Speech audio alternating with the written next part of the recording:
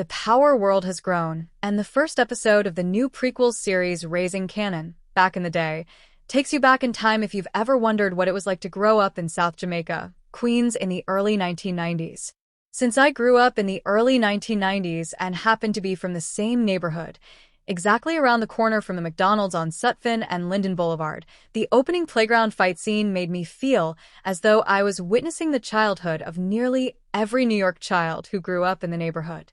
Mekai Curtis's character, young Kanan, gets his ass hooped during a brawl at the park. The fight was unfair, he argued.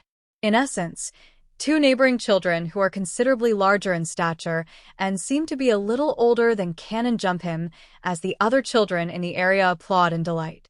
The situation is made worse by the fact that Kanan's favorite cousin Jukebox, played by the gifted Anika Noni Rose in Power Seasons 3 and 4, is being held and unable to help him, which forces her to violate playground rule number 1 of the NYC 90s. When one family member fights, everyone fights. After being humiliated by the beating, Kanan flees home in tears, only to be discovered by his young mother, a heroin dealer. When Queens rapper LL Cool J stated that he needed a round-the-way girl, I suppose he was referring to Kanan's mother Raquel Thomas, also lovingly known as Rack, who is portrayed by Broadway award-winning actress Patina Miller. Raquel expresses concern like most mothers do, but in the most South Jamaican way possible, by forcing him to fight once more. Raquel makes sure Kanan has a handmade weapon, battery stuffed in a sock, in addition to casually bringing him back to the park to face the boys who jumped him. I'm telling the truth, I saw this exact scene, minus the girls fighting, play out in middle school. In the park, Kanan exacts his revenge and restores his reputation while his mother watches from a distance to ensure he doesn't give up. Kanan's favorite cousin Jukebox, his favorite girl, Davina, his Puerto Rican best friend Sean, famous Figueroa, his uncles Lulu and Marvin, and Unique, the largest drug dealer on the South Side and his mother's rival, are just a few of the important figures in Kanan's life that are introduced to viewers throughout this premiere episode. The narrative of 50 Cent, who portrays an older Kanan, enhances the character development. 50 doesn't appear on screen in the series because we all know how Kanan's life ended. But the prequel feels familiar and real when you hear his voice. The good girl wants bad guy cliché is obviously going to be a big part of the series' romance. The authors, however, defy viewers' expectations with regard to Rack. At Hugo Sanchez's bar, she flirts with Symphony Bosquet, the gorgeous bartender with an impressive name.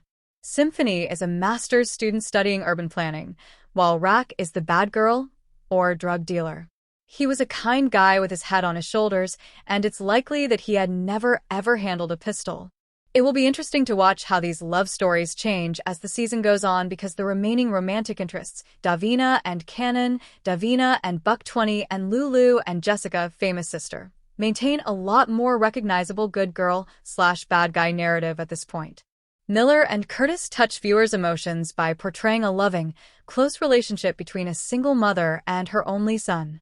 Although Kanan has no real plans to leave his friends and start over at a new school, the conflicting opinions about the specialized and largely white $1 million high school, along with the recent drive-by, make him more adamant about not attending Stuyvesant. He tries to convince his mother that he knows more about her business than she believes he does, and he worries about his future and his mother's safety. Raquel refuses to let her son join the family company in spite of his vulnerability and cries to keep his mother safe. However, by purposefully failing his entrance exam, Kanan disobeys her desires. Buck 20, one of Unique's guys and Davina's boyfriend, is killed when Kanan and Dee inadvertently attack Unique's corner. Although the two are unsure of whose bullet caused the damage, the situation gradually dramatizes Kanan's first murder. He displays a range of emotions on his face, from aggression and anger to regret and guilt, as soon as they turn the corner. Buck 20 has plenty of time to seize Kanan by the neck as the adolescents stare over his nearly lifeless body in disbelief. Knowing that Buck 20 was the murderer makes me question whether his mother's safety or jealousy was the true motivation. In the end, Kanan's choice endangers the family and temporarily strains his bond with his mother. She grounds Kanan and prioritizes her role as a mother over her role as a drug lord.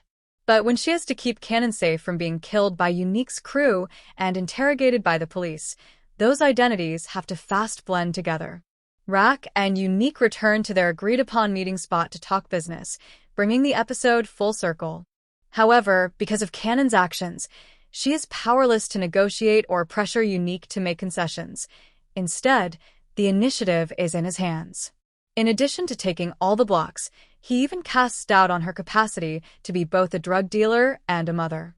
She comes to a decision at the end of the episode that feels good for her and Kanan. Thank you for watching this review on our channel. Don't forget to like, share, and subscribe for more.